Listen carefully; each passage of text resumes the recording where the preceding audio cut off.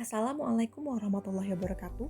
Perkenalkan, nama saya Lutfia Fajar Harunisa, mahasiswa PPG Perajapatan UNS, kelas IPA 07. Pada kesempatan kali ini, saya akan membahas mengenai pendekatan pembelajaran CRT atau Culturally Responsive Teaching pada mata kuliah Prinsip Pengajaran dan Asesmen. Apa itu pendekatan CRT? Jadi, pendekatan CRT atau Culturally Responsive Teaching adalah salah satu strategi pembelajaran yang dapat diterapkan dalam proses pembelajaran yang mengakomodasi latar belakang budaya peserta didik, sehingga menghasilkan pembelajaran yang bermakna. Pendekatan CRT ini adalah suatu metode pembelajaran yang menghendaki adanya persamaan hak setiap siswa untuk mendapatkan pengajaran tanpa membedakan latar belakang budaya peserta didik.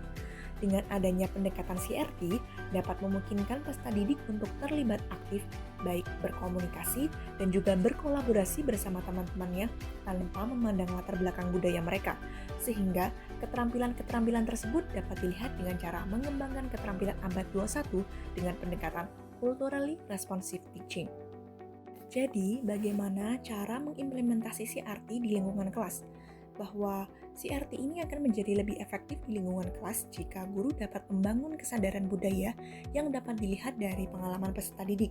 Sebagai contoh, apa yang telah saya lakukan dalam micro teaching dengan topik zat dan perubahannya yang saya kaitkan dengan makanan khas dari daerah kota Solo, yaitu serabi Solo, minuman tahok, serta es kapal. Contoh-contoh CRT akan dapat mudah dipahami oleh peserta didik karena peserta didik mempunyai pengalaman langsung dari lingkungan yang ada di sekitarnya.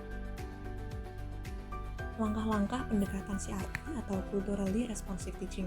Yang pertama adalah identitas diri peserta didik, yaitu peserta didik diajak untuk mengenal identitas budayanya yang berkaitan dengan materi yang disampaikan. Dalam hal ini adalah pengenalan terhadap budaya tradisional makanan khas Solo, yaitu serabi Solo, minuman tahok, dan juga es kapal. Kemudian juga adanya pemahaman budaya peserta didik yang dapat mengkonstruksikan pemahaman budayanya dengan ilmu pengetahuan baru yang diperoleh dari berbagai sumber. Yang selanjutnya adalah kolaborasi. Peserta didik bekerja dalam kelompok untuk membahas konsep dan juga perspektif budaya.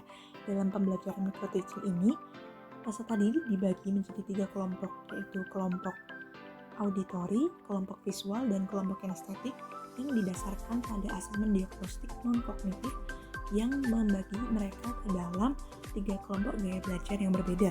Kemudian peserta didik juga diminta untuk berpikir kritis dan juga melakukan refleksi, yaitu membandingkan hasil diskusinya dengan teori yang sudah ada dengan bimbingan guru.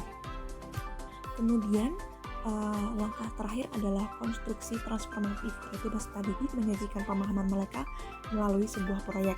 Nah, di sini dalam pembelajaran micro teaching kali ini, mereka menyajikan karyanya dengan cara mempresentasikan hasil diskusi yang telah disampaikan.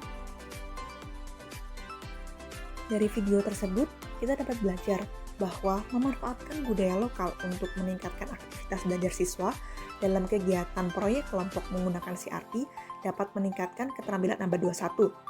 Yang pertama adalah keterampilan untuk berpikir kritis dalam menyelesaikan masalah di dalam kelompok. Selanjutnya adalah munculnya keterampilan komunikasi berupa ide-ide yang diutarakan oleh anggota kelompok, yaitu dalam bentuk tulis maupun non-tulis. Dan kemudian munculnya keterampilan kreatif dari peserta didik untuk dapat mengeksplor proyek yang dapat diselesaikan. Kaitan pendekatan CRT dengan terciptanya lingkungan belajar yang nyaman, aman, dan juga berpihak pada peserta didik.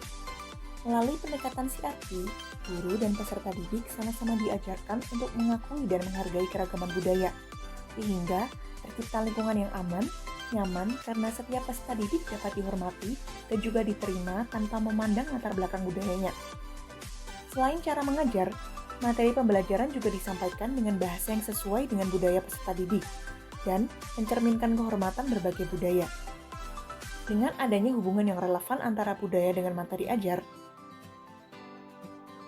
akan dapat menciptakan lingkungan belajar yang berpihak pada peserta didik.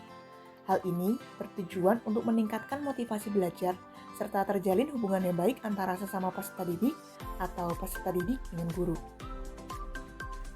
Pentingnya menciptakan lingkungan belajar yang aman, nyaman, dan juga berpihak pada peserta didik. Yang pertama adalah meningkatkan motivasi dan juga partisipasi peserta didik karena merasa diterima dan dihargai pada lingkungan yang inklusif dan juga ramah budaya. Yang kedua, meningkatkan pemahaman peserta didik terhadap materi pembelajaran karena dikaitkan dengan budaya dan pengalaman peserta didik. Kemudian yang ketiga adalah meningkatkan hubungan positif antara peserta didik dengan guru dan juga hubungan dengan peserta didik satu dengan yang lainnya, sehingga terjalin kerjasama yang memunculkan adanya toleransi. Jika peserta didik merasa nyaman, maka ia akan merasa bahagia. Jika merasa bahagia, maka kecenderungan belajar peserta didik akan lebih mudah dan juga meningkat. Hal ini senada yang diutarakan oleh teori kebahagiaan oleh Martin Eby bahwa pengaruh kebahagiaan atau happiness adalah perasaan positif yang membuat individu memiliki hubungan yang baik terhadap diri sendiri dan juga orang lain, serta membuat diri pribadi menjadi lebih kritis dalam menjalani kehidupan. Pendidikan yang berpihak pada peserta didik akan sesuai dengan kemampuan dan juga kebutuhan dari peserta didik. Jika peserta didik belajar sesuai kemampuannya dan juga sesuai kebutuhannya, serta dikaitkan dengan budaya di lingkungan mereka, maka dia akan mempunyai kecenderungan untuk tidak tertekan pada pembelajaran, sehingga hal tersebut akan menumbuhkan lingkungan belajar yang nyaman. Sekian yang dapat saya sampaikan, kurang lebihnya mohon maaf. Semoga ada manfaat yang dapat diambil dari video kali ini. Assalamualaikum warahmatullahi wabarakatuh.